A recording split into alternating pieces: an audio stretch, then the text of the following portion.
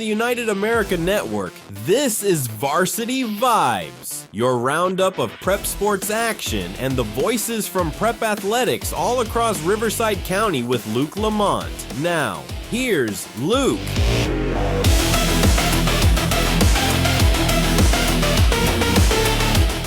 Welcome back to Varsity Vibes. We got baseball up on deck. Finally, spring season has arrived. We're going to start things off with a little bit of a recap of playoffs of last year's baseball and looking at how those teams are doing, as well as some teams that have really improved from last year, moving into this new season as it's still very young. A lot to go over. We're going to start in Division 1 of the playoffs last year. Corona, Norco, and Corona Centennial, as well as Vista Murrieta, were the county's representatives for that top bracket. Norco made it into the quarterfinals before a 2-0 loss versus the Corona Panthers. Centennial lost in round 1 9-2 versus Norco. Vista Murrieta was dealt with by St. John Bosco in round 2 by a score of 5-4, and Corona fell to Bosco in the semifinals 2-0. This year, Norco ranked 15th in the state and has outscored opponents 28-5. Great and fantastic defense on their end. They sit at 4-1 with the lone loss being 3-2 in a narrow game versus Corona, in their most recent one as well. Norco is led by Dylan Seward, who is batting a ridiculous .562 with a home run to his name as well and an on-base percentage of .650. Centennial, on the other hand, has dropped to 81st in California with a 5-2 record. After a 3-game series that they had with Roosevelt, they split it 2-1 in favor of Corona. Vista Murrieta, they had a steep fall off in 2026, starting off 2-2-2. They are officially ranked 204th in the state, a very far fall after an 0-2-2 start, but are possibly finding their stride now with back-to-back wins. Finally, Corona is 4-0 and cruising. 29-5 in favor of them for runs on the season and multiple double-digit victories as well heading into their league play now. Corona is led by star player Danny De La Torre, who is batting, and this is not a mistake, .857 on the season with 2 home runs and a .933 on-base percentage. Absolutely ludicrous numbers from the Corona star. We're going to hop down now to Division 2. Palm Desert stood as the one team, and that's how many games they played in the postseason as well. A one-and-done from the Aztecs after a narrow 4-3 loss to the eventual champions, the West Ranch Wildcats. Now in 2026, they sit at a rough 3-3 after being outscored 16-20 in those first 5 games and a ranking of 221 for them on the season. In Division 3, there was a semifinalist from the county, that being Temecula Valley. The Golden Grizzlies went on a very nice postseason run with victories over St. Paul, Great Oak, and Castaic before their loss to the eventual champion Glendora, 5-7. So a lot of these Riverside teams falling to the eventual champions. So that's a little bit of a bright spot in these playoff losses. This year, Temecula Valley is 1-2 after starting with back-to-back losses to Mater Dei and Rancho Bernardo. A team that finished with 19 wins and 86th ranked needs to pick things up after a lackluster start. In Division 4, 3 teams battled it out: Murrieta Mesa, La Quinta, and Linfield Christian. La Quinta and Linfield Christian were both first-round exits, losing to Thousand Oaks 5-1 and Sonora 3-2, respectively.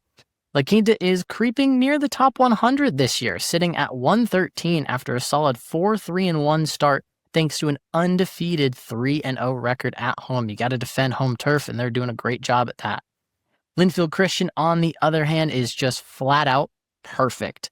4-0 with an impressive start, including an 18-8 win over Whittier Christian earlier in the season and a 14-0 win over Murrieta Mesa. Speaking of Mesa, their playoffs last year ended 9-3 in round 2 versus Saugus, and they have not found any rhythm this year, alternating wins and losses en route to a 99th ranking and a 4-3 overall record. Division 5 held 3 teams as well: Hillcrest, Moreno Valley, and Riverside Poly. The Trojans made it the farthest after a quarterfinal loss 7-2 to St. Anthony, who was the runner-up in that bracket. The Vikings fell to Camarillo, who was a semifinalist in round 2 by a score of 6-2, and Poly fell in that same round to Long Beach Poly after a 7-0 win against Wainimi to start their postseason run. In 2026, Hillcrest is a flat 4-4, but get this, a 26-5 win versus Norte Vista, a ridiculous score, is definitely something to look back on for this team as they try to build past that 500 record. Moreno Valley is killing it this year, a huge jump up to 52nd in state and a 5-2 record. When they win, scores combined have been 57-12, really dominant when they're able to pull off a victory, but when they lose badly. A 10-3 loss to Valley View and a 24-1 loss to Vista Murrieta. Last, Pauley, a jump up to 128 and a solid 4-2 start, outscoring opponents 23-2 in their last 2 games, undefeated 3-0 at home. Now, Division 6 had Rancho Mirage and Shadow Hills hitting the field. Mirage would reach the semifinals and lost by a score of 4-3 to the eventual champions, the Estancia Eagles. Meanwhile, Shadow Hills fell in round 2, 24-1 to Santa Monica. A win would have pitted the two against each other in the quarterfinals, but in the new season, a brutal 1-6 start for the Rattlers includes 2 losses in extra innings. The Knights not faring any better after giving up 5 straight losses following a 2-0 start, both teams skidding into the new year.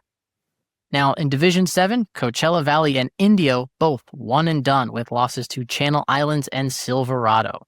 This year, they're 0-3, a 4-20 run differential hold. This is Coachella Valley. And Indio is stumbling around with a 4-4 record. Can't really figure out if momentum is going with them or against them. In Division 8, Temecula Prep Patriots off to a one and done to Valencia 11-6. They now sit at 2-4 and winless at home in the new season. And then Division 9 had no teams from Riverside County.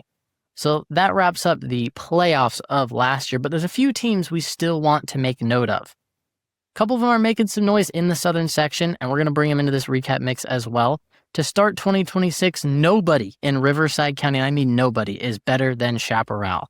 Ranked 11th in the state, one of the top teams, an absolute machine, has started 5-0, but now 2 losses in a row. But taking a look, they've outscored opponents over triple, 67-21 in favor of Chaparral, averaging nearly 10 runs a game if you do the math. However, that is largely charged by a 23-0 win and 19-4 win.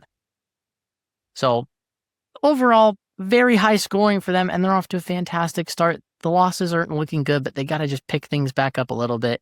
Not worried for the 11th ranked team in the state.